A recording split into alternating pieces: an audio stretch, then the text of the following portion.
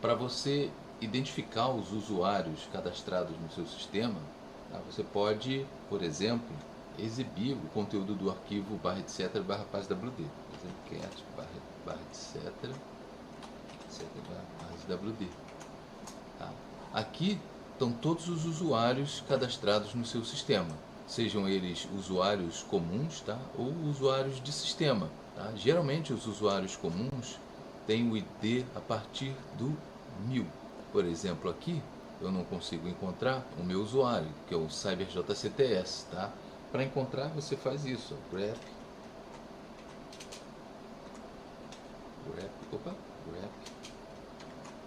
CyberJCTS etc /paswd. Ele vai procurar a linha onde a string CyberJCTS está posicionada. Paswd. Vamos lá. Tá aí, ó. Opa. Paswd. Aqui de novo. Então tá aí. Então você viu aqui, ó, que o meu usuário CyberJCTS, ele tem o ID 1000. O grupo também é 1000. Se você tem alguma desconfiança aí de algum usuário, se algum usuário está cadastrado no seu sistema sem a permissão do administrador, você pode consultar aí o etc paswd, ok? Vou apagar aqui. Um outro comando interessante é o comando paswd -S maiúsculo, tá? De status, ou seja, ele vai mostrar o status de determinada conta, ok? Por exemplo, aqui é o CyberJCTS. Então, aqui ele mostrou o status da minha conta. Esse aqui é o nome do usuário, CyberJCTS. O P significa que a minha senha está utilizável. Se tivesse um Lzinho, significaria que ela está bloqueada, de locked, né? Ou seja, trancada. Se tivesse um NP, significaria no password, ou seja, uma conta sem senha, que é perigoso. Essa data aqui é a data da última alteração de senha. Minha senha foi alterada em 2/4/2021. Esse número 0 aqui significa o número de dias antes do usuário poder trocar a senha de novo. Nesse caso aqui, ele pode trocar a senha a qualquer momento, que o 0 significa isso, pode trocar a senha a qualquer momento. Mas se tivesse, por exemplo, um 2 aqui, ele só poderia fazer uma nova troca de senha depois de 2 dias. Então, por exemplo, se ele trocou hoje a senha, não poderia trocar de novo, ele teria que esperar 2 dias para trocar a senha de novo. O 99.999 significa a validade máxima da senha em dias. Tá? Nesse caso aqui, praticamente ela nunca vai expirar, ok? O 7 aqui significa que o usuário começará a receber avisos de que a senha vai expirar 7 dias antes da expiração. O campo -1 é o campo de inatividade do Linux. Nesse caso aqui, o período de inatividade está desligado. Isso significa que o usuário sempre vai poder fazer sua troca de senha, ou seja, sua conta nunca será desativada, né? Se aqui, por exemplo, tivesse 30, o usuário teria 30 dias, tá, para trocar a senha da sua conta. Depois desse período de 30 dias, tá, somente o administrador do sistema que pode reativar a conta dele. Isso aqui é considerado uma falha de segurança. Por quê? Essa conta, mesmo depois da senha expirar, o usuário sempre vai poder fazer a troca de senha. Vamos supor que alguém, através de força bruta, consiga entrar nessa conta e, pela conta não estar desativada, ele pode alterar a senha, tá, para uma senha pessoal dele e vai ter acesso ao sistema sempre que for necessário, sempre que ele quiser. Esse campo aqui sempre é bom você preencher com alguma quantidade de tempo, né? Por exemplo, 30 dias, né? Depois de 30 dias a conta é desativada e só o administrador vai poder reativá-la, né? Dessa forma o usuário ele tem que procurar o administrador do sistema, ou 20 dias ou 15 dias, né? Então se o usuário ele ficar 15 dias sem acessar aquela conta, ela é desativada. Então dessa forma aqui é como se a conta ficasse no limbo.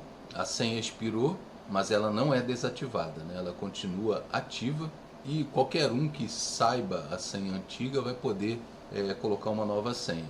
Então o interessante seria colocar aqui alguma especificação em dias aí para depois de passar esses dias a conta é totalmente desativada e somente o administrador tem a capacidade de reativá-la.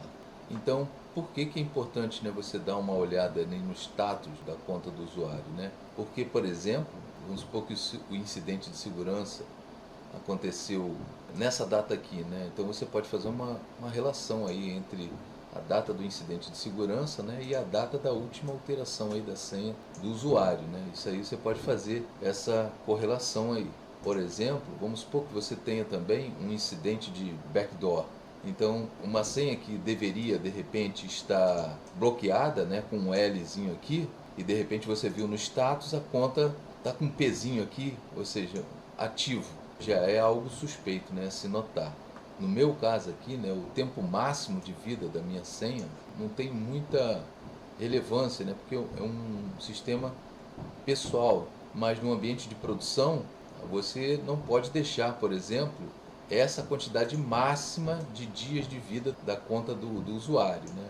Geralmente, né, as contas têm a quantidade de dias aí pré-definida, né? Então você ter um tempo muito longo num sistema em produção já é uma atitude suspeita, ok? Então, por exemplo, aqui vamos supor, vou pegar outro usuário aqui, SWD -S, João, por exemplo. Vamos supor que esse usuário aqui é suspeito, então você quer bloquear ele. Tá? Então você vem aqui, ó, passwd -L, ok, João. Então agora você pode vir aqui, ó, passwd -S, e você vai ver o Lzinho aqui, ele está bloqueado, né? Se eu tentar fazer o login com esse usuário, né? Vou abrir outro terminal aqui, vou dar um sumenos João, senha, você vai ver que eu não vou conseguir mais porque foi bloqueado. Ó, falha na autenticação, eu fui bloqueado, ok? Então, no caso aqui, né, se eu quisesse, por exemplo, habilitar de novo, né, o usuário João, né, eu digitaria passwd -U de unlock, né, ou seja, desbloquear João. Ele vai dar essa informação aqui. Então agora, tá, se eu tentar logar com João de novo, -João, digitar a senha, você vai ver que ele permitiu lá já o acesso, ok? Vou limpar aqui. Uma outra coisa interessante, tá, e que pode ser um indício, né, de que o sistema foi comprometido, é você achar dentro do arquivo /etc /passwd usuários com UID 0, porque o UID 0 é reservado apenas para o root. Então, se você encontrar outros usuários com UID 0, é possível, né, que o sistema tenha sido comprometido. Tá? Então, por exemplo, aqui, vamos ver se no meu arquivo passwd quantos usuários tem o UID 0. No caso, vai voltar só o root. Vou pesquisar grep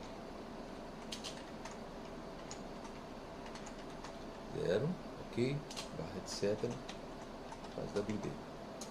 Então você vê, por exemplo, que retornou só o root. Então o sistema aqui, apenas o root pode ter o UID 0. Tá? Agora, se você encontrar, por exemplo, vamos supor, vou adicionar alguma coisa aqui, não, no passwd. Estou como root mesmo.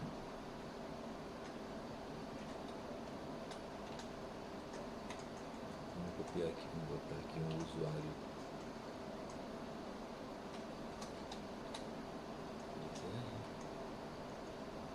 Vamos supor que tem o UID também 0, tá? E aqui também 0, ok? Vamos supor, tá bom?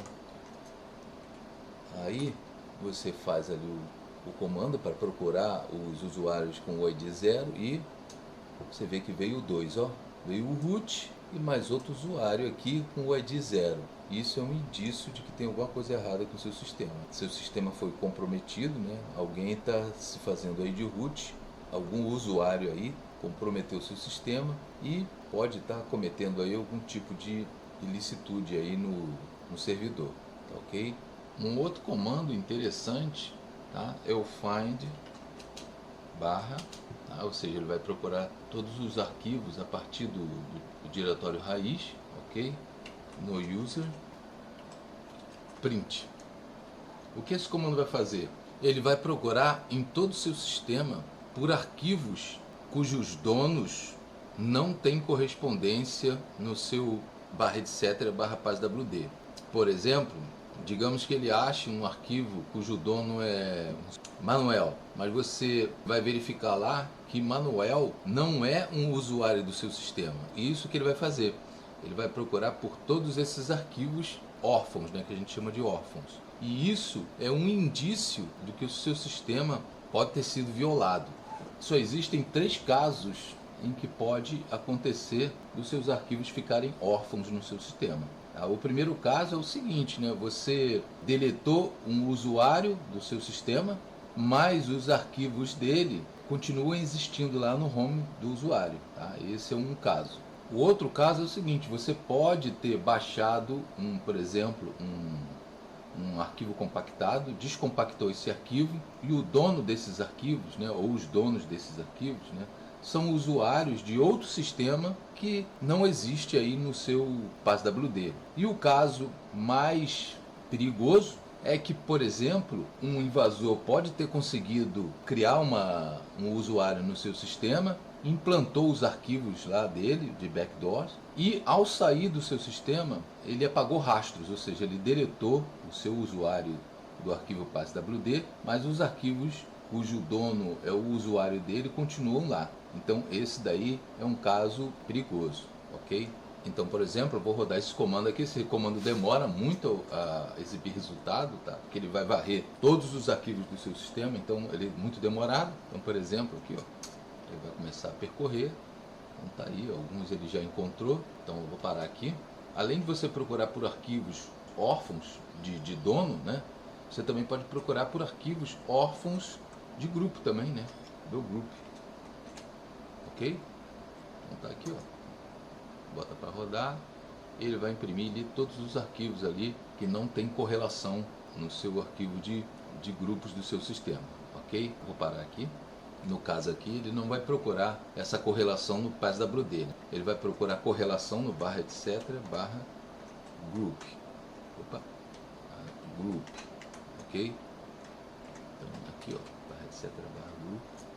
Aí, ó, ele vai procurar nesse arquivo aqui, ok? Bom, um outro detalhe de segurança diz respeito a 2 arquivos, o passwd que a gente já viu, né? E um outro arquivo que é chamado de shadow, que é o arquivo onde ficam as senhas criptografadas do Linux. Em versões antigas do Linux, as senhas criptografadas ficavam no arquivo passwd também. Só que o arquivo passwd ele pode ser lido por qualquer usuário, e isso dava a oportunidade de usuários do próprio sistema pegar esses hashes, né, das senhas e tentar descriptografar até encontrar a senha de outro usuário. Então essas senhas eram quebradas e aquele usuário mal intencionado tinha acesso ao ambiente de outros usuários. Por exemplo, aqui, ó, vamos dar uma olhada, ó, ls etc passwd. Opa, deixa eu botar um ls-lh, né? Então ls-lh passwd. Você vê que o root pode ler e gravar, o grupo do root pode apenas ler e qualquer usuário pode ler. No shadow, por exemplo, aqui, ó, ls-lh /etc /shadow. Você vê que o root ele pode ler e gravar, tá? E somente o grupo do root pode ler. E os outros usuários não podem nem ler, nem gravar, nem executar. Ok? Aí o que acontece? Eles criaram, tá, o shadow, né, que você pode ver aqui, ó. Vamos dar uma olhada aqui, por exemplo. Vamos dar uma olhada no tail etc passwd. Tá? A senha ficava aqui, ó, no arquivo passwd, nas versões antigas do Linux. E você podia pegar essa senha, mesmo que fosse criptografada, né, com um bom tempo ali de força bruta ali em cima daquele hash, você poderia de repente uma hora conseguir saber qual é a senha do usuário, principalmente se as senhas fossem fáceis qualquer usuário pode ver o passwd, né? Vamos supor aqui, ó, eu estou aqui no usuário comum, que é o meu usuário, né? Eu vou dar um ls -lh barra etc barra passwd. Olha lá, tá vendo? Agora eu vou dar um cat barra etc barra passwd. Então tá aí, ó. Eu também, como usuário comum, eu poderia ver a senha criptografada. Agora você tem o arquivo shadow, que só pode ser lido pelo root. Por exemplo aqui, ó, vou apagar aqui, ó, ls-lh barra etc barra shadow. Tá vendo? Só pode ser que a gente já viu, né? E vou dar uma olhada aqui no tail barra etc barra shadow.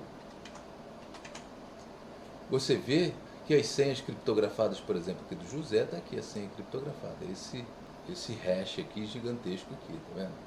Até aqui. Então, o lance aqui é o seguinte, eu vou limpar aqui. Então, o perigo aqui é o seguinte, se você perceber que as permissões do arquivo shadow foram modificadas, tá? Isso é um grande indício de que seu sistema foi comprometido. Então, por exemplo, ls-lh etc barra shadow. Essas são as permissões aqui do arquivo shadow. Vamos supor aqui que as permissões para outros usuários, no caso aqui, estejam também com R, né, de leitura aqui. Isso é um indício de que seu sistema pode ter sido comprometido. E só para provar para você, por exemplo, aqui eu estou como root. Eu posso ler o shadow, por exemplo, tail barra etc barra shadow. Tá vendo? Eu posso ler o shadow porque eu sou root. Eu vou acessar aqui o meu usuário comum, que é o cyberjcts, e eu vou tentar ler o shadow. Por exemplo, cat barra etc barra shadow. Você vê que eu tenho permissão negada, né? Você só pode ver o shadow se você for usuário root ou estiver no grupo do usuário root. Bom, é isso aí. Eu espero que vocês tenham gostado. Deixe seus comentários e até a próxima.